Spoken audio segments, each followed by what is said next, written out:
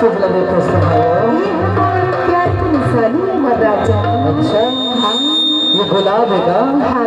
पर मैं की निशानी है वो हाँ अरे गुलाब पगड़ाई रहे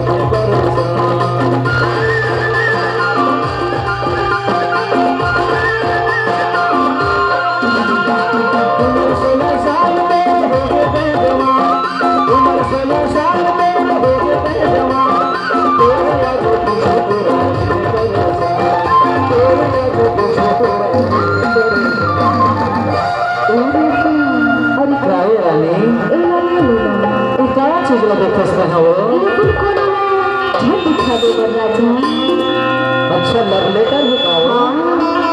कहना आई लव यू हेलो लिखो बेटा अच्छा चालू है साउंड मात्रा एक बार ही सेट करें बार बार आगे पीछे न करें लव लेटर तो पगड़ाई दे दीवाना बनाई दे तो फसाई ले दीवाना बनाई ले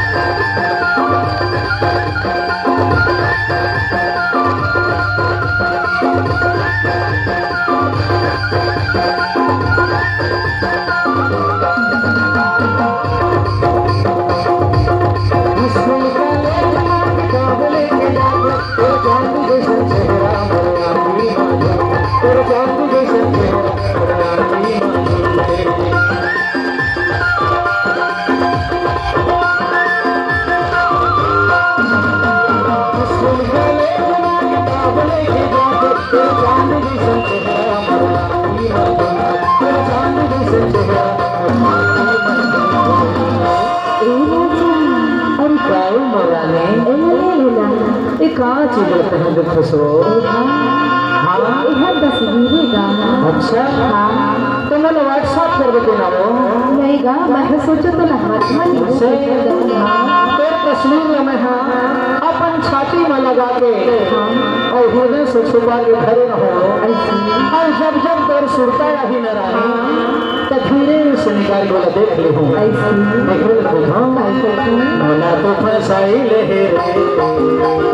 दीवाना बनाई ले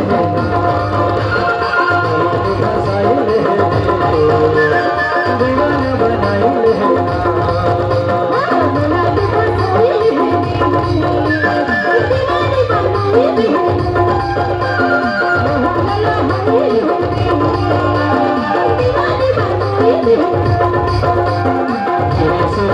Thank you.